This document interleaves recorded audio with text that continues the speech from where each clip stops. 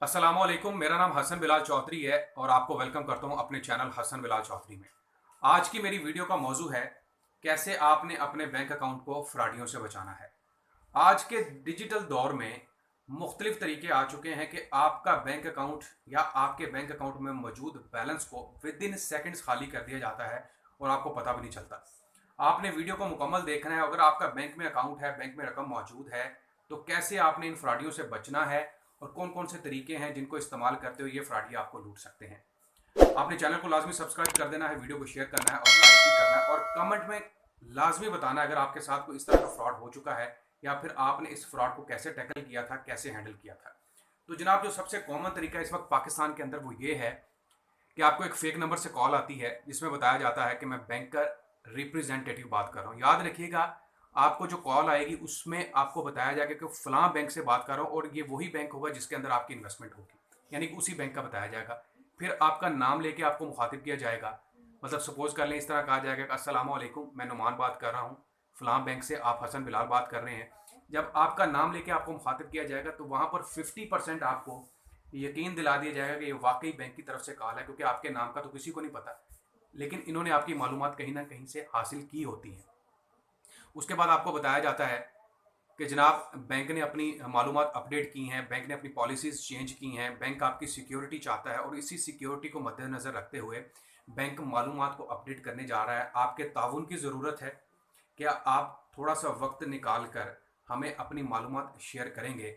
अच्छा, ये सारा कुछ इतने तरीके से, इतने मतलब इतना शानदार इनका स्क्रिप्ट लिखा होता है कि आप इनके झांसे में आते चले जाते हैं। आप अपनी मालूमात देना शुरू करते हैं। यहाँ स्क्रीन पर आप देख सकते हैं कि कैसे ये डेबिट कार्ड और क्रेडिट कार्ड वालों को लूटते हैं। इनका ज़्यादा जो निशाना होता है ना, वो डेबिट और क्रेडिट कार्ड वाले ही होते हैं।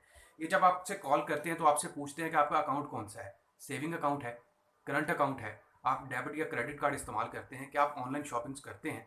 तो ये तमाम चीज़ें आपसे इकट्ठी करते हैं और फिर ये डेबिट और क्रेडिट कार्ड वालों को निशाना इसलिए भी बनाते हैं क्योंकि वहाँ से ट्रांजैक्शन विद इन सेकेंड होती हैं, मिनटों में ट्रांजैक्शन होती हैं और आपके बात करते करते ये आपका बैलेंस उड़ा के चले जाते हैं। ये आपसे आपके डेबिट कार्ड के हिस्से पूछते हैं। यहाँ स्क्रीन पर आप देख सकते हैं कि आपके डेबिट कार्ड के 16 हिस्से होते हैं। ये आखिर वाले जो 4 हिस्से होते हैं ये बहुत इंपॉर्टेंट होते हैं। आपने कोशिश करनी है कभी भी इनको ये मालूमात नहीं देनी। जब ये आपका डेबिट कार्ड के नंबर्स हासिल कर लेते हैं तो फिर इसके बाद ये चलते हैं कि आपके डेबिट कार्ड या क्रेडिट कार्ड की एक्सपायरी डेट कौन सी है।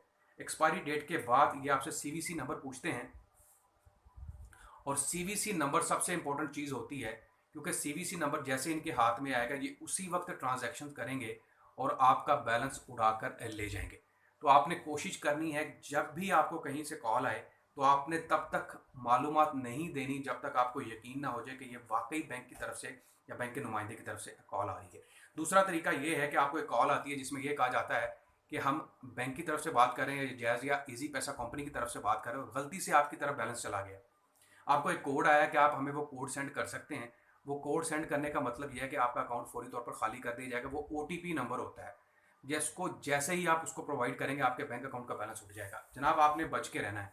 अब मैं आपको बताता हूँ कैसे आपने इनसे बचना है और कौन कौन से तरीके हैं जिनको इस्तेमाल करते हुए आप अपने बैंक अकाउंट को, अपने डेबिट कार्ड को या अपने क्रेडिट कार्ड को सिक्योर कर सकते हैं। देखिए, मैंने खुद 5 साल बैंक में जॉब की और मैं तमाम तरीकों को जानता हूँ, कौन कौन से तरीके हैं इनके लूटने के। मुझे कई दफ़ा कॉल्स आई हैं और यकीनन आपको भी आई होंगी। आप प्लीज़ कमेंट में लाजमी बताइएगा कि आपने कैसे इनको हैंडल किया था। तो जनाब, सबसे अच्छा तरीका ये है कि सबसे पहले आपने ये पहचानना है कि आपको कौन से नंबर से कॉल आ रही है। अगर तो आपको किसी मोबाइल नंबर से कॉल आ रही है तो समझ लेना ये फेक कॉल है, क्योंकि बैंक के रिप्रेजेंटेटिव बैंक की तरफ से कभी भी आपको मोबाइल नंबर से कॉल नहीं आएगी। बैंक हमेशा आपको लैंडलाइन नंबर से कॉल करेगा और बैंक, याद रखिएगा, कभी आपसे आपकी पर्सनल मालूमात नहीं पूछता, क्योंकि बैंक के पास तो आपकी ऑलरेडी तमाम मालूमात हैं। उनके पास आपका अकाउंट नंबर है, आपके मतलब वल्दियत क्या है, आपका पूरा नाम क्या है, आपकी सिटी से हैं, आपकी डेट ऑफ बर्थ क्या है, आपका क्रेडिट कार्ड डेबिट कार्ड का नंबर क्या है, ये तमाम चीज़ें तो ऑलरेडी बैंक के पास हैं। तो बैंक कभी भी नहीं पूछेगा। बैंक सिर्फ आपको अपनी नई अपडेट देने के लिए कॉल कर सकता है या फिर ओटीपी नंबर के हवाले से कॉल कर सकता है। याद रखना है, आपने सबसे पहले पहचानने का तरीका ये है कि आपने देखना है कि किस नंबर से कॉल आई है। और अगर सपोज कर लें कि वो आपको किसी लैंडलाइन नंबर से भी कॉल कर रहे हैं, तब भी वो कभी भी बैंक आपसे पर्सनल मालूमात शेयर या पूछता नहीं है। ये एक तरीका हो गया। दूसरा तरीका ये है कि जब भी आपने डेबिट कार्ड या क्रेडिट कार्ड ऑनलाइन शॉपिंग के लिए इस्तेमाल करना है, मतलब आप किसी ब्रांड में शॉपिंग के लिए गए हैं, आपकी जेब में पैसे नहीं थे तो आपने उसको अपना डेबिट या क्रेडिट कार्ड दे दिया। तो जनाब अपना डेबिट और क्रेडिट कार्ड खुद आपने इंसर्ट करना है, यानी कि खुद मशीन के अंदर लगाना है। उसके बाद खुद ही आपने उसका पिन कोड लगाना है छुपा के। पिन कोड किसी के सामने नहीं लगाना, किसी का कोई भरोसा नहीं है। वो आपका क्रेडिट या डेबिट कार्ड का नंबर लेंगे, क्योंकि ऊपर एक्सपायरी भी लिखी है, पीछे सीवीसी कोड फौरी तौर पर हासिल कर लिया जाता है। और जैसे ही आप पिन कोड लगाएंगे 4 अंकों का, वो भी मालूमात आपकी मतलब वो भी आपसे गुम हो जाएंगी और वो भी आपसी मालूमात जो है वो लीक हो जाएंगी, और लीक होते ही आपकी ट्रांजैक्शंस कोई और बंदा कर सकता है। तो ये चीज़ें आपने याद रखनी है। जब आपने एटीएम कार्ड यूज़ करना है, एटीएम में भी याद रखना है कि अकेले खड़े हों और इर्द गिर्द नज़र रखें कोई बंदा आपके नज़दीक तो नहीं खड़ा। अगर कोई खड़ा है तो उसको आप एटीएम मशीन से बाहर निकाल सकते हैं।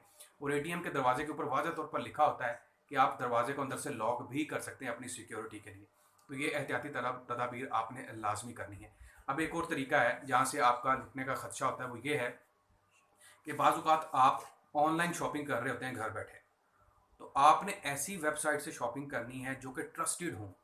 किसी इलीगल वेबसाइट से या नॉन ट्रस्टेड वेबसाइट से आपने शॉपिंग कभी नहीं करनी, क्योंकि वो वेबसाइट्स आपका डाटा ले लेती हैं और फौरी तौर पर आपके अकाउंट से ट्रांजैक्शंस होना शुरू हो जाती हैं। मैंने वीडियो के स्टार्ट में बताया कि इनका सॉफ्ट टारगेट होते हैं डेबिट और क्रेडिट कार्ड वाले, क्योंकि वो ई कॉमर्स के थ्रू फौरी तौर पर शॉपिंग करते हैं और आपके अकाउंट के बैलेंस को फौरी तौर पर ट्रांसफ़र कर देते हैं। एक और तरीका इनसे बचने का कि आप अपने डेबिट या क्रेडिट कार्ड के ऊपर ओटीपी लगा के रखें, वन टाइम पासवर्ड। मतलब कोई भी ट्रांजैक्शन अगर आपके अकाउंट से करता है या आपके अकाउंट के मालूमात के थ्रू करता है, तो आपको एक ओटीपी नंबर सेंड किया जाता है आपके मोबाइल के ऊपर। जब तक वो ओटीपी नंबर नहीं लगेगा तब तक ट्रांजैक्शन नहीं हो सकती। तो ये ओटीपी कैसे आपने लगाना है जनाब, अगर आपके पास डेबिट या क्रेडिट कार्ड है तो इसकी ऐप के अंदर जाकर आप ओटीपी जो है वो स्टार्ट कर सकते हैं। उसके अलावा आपने कोशिश करनी है कि अपने डेबिट कार्ड या क्रेडिट कार्ड का जो पासवर्ड है, यानी कि जो पिन कोड है, उसको अपडेट करते रहें। मतलब एक ही पिन कोड ना रखें। 15 दिन, 20 दिन या एक कम ज़्यादा से ज़्यादा 1 महीने के बाद आपने वो पिन कोड लाजमी चेंज करना है। उससे चेंज करने से ये होगा कि अगर उसके पास आपका पिन कोड था या कहीं से उसने हासिल कर लिया, तो जब आप चेंज कर देंगे तो फौरी तौर पर आपका अकाउंट सिक्योर हो जाएगा। या अगर आप अपनी मालूमात किसी को दे चुके हैं और बाद में आपको पता चलता है कि ये बंदा फ्रॉड था या ये बंदा जालसाज तरीके से मुझसे मालूमात ले गया है, तो जनाब फौरी तौर पर अपने या तो बैंक में रब्ता करें और बैंक में जाकर फौरी तौर पर अपना डेबिट और क्रेडिट कार्ड आप बंद करवा दें उसी वक्त, ताकि कोई भी बंदा आपके अकाउंट से ट्रांजैक्शन ना कर सके। देखें, बहुत सारे तरीके हैं पैसे लूटने के, और ये विद इन सेकेंड्स होता है, आपको पता भी नहीं चलना, आपके बात करते करते वो बंदा आपकी ट्रांजैक्शन करके चला जाएगा। तो ये तमाम तरीके हैं जिनके थ्रू आप बच सकते हैं, और कौन सा फेक तरीका है वो भी मैंने आपको बता दिया है। तो नाज़रीन, वीडियो बनाने का मकसद सिर्फ ये था कि वो लोग, वो सादा लोग जो डेबिट या क्रेडिट कार्ड इस्तेमाल करते हैं लेकिन उन्हें इतनी मालूमात नहीं। और एक चीज़ याद रखिए कि जब आप एटीएम से पैसे विड्रॉ करते हैं तो जो रसीद निकलती है वो रसीद आप या तो फाड़ के डस्टबिन में फेंकें या फिर अपनी जेब में डाल रहे हैं। उसको वैसे ही वहाँ पर छोड़कर ना आया करें, वहाँ से भी इंफॉर्मेशन लीक हो सकती है आपकी।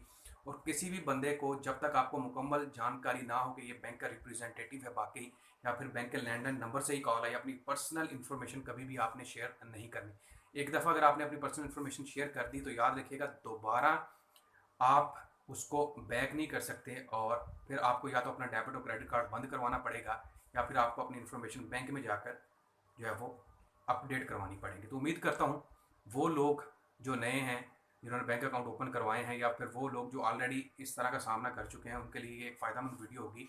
आखिर पर दरख्वास्त करूँगा, हसन बिलाल चौधरी चैनल को लाजमी सब्सक्राइब करें, वीडियो को शेयर करें, लाइक करें, और अपना एक्सपीरियंस आपने कमेंट में लाजमी शेयर करना है ताकि बाकी लोगों को भी पता चल सके। अपना बहुत सारा ख्याल रखिएगा। अल्लाह हाफिज़।